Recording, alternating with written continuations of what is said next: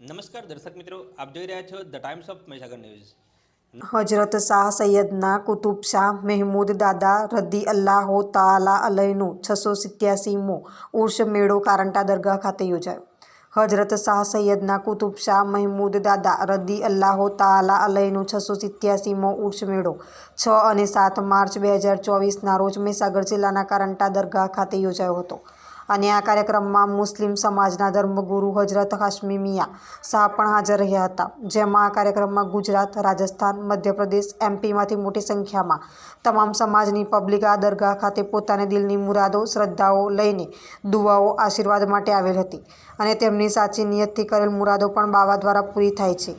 જેમાં આ ઉર્ષ મેળામાં 4 રાજ્યોની પબ્લિકે હળીમળીને આવીને એકતાનું ઉદાહરણ પૂરું પાડ્યું હતું. અને આ 2 દિવસનો કાર્યક્રમ શાનદાર રીતે ઉજવણી કરી શાંતિપૂર્વક પૂર્ણ થયેલ હતો.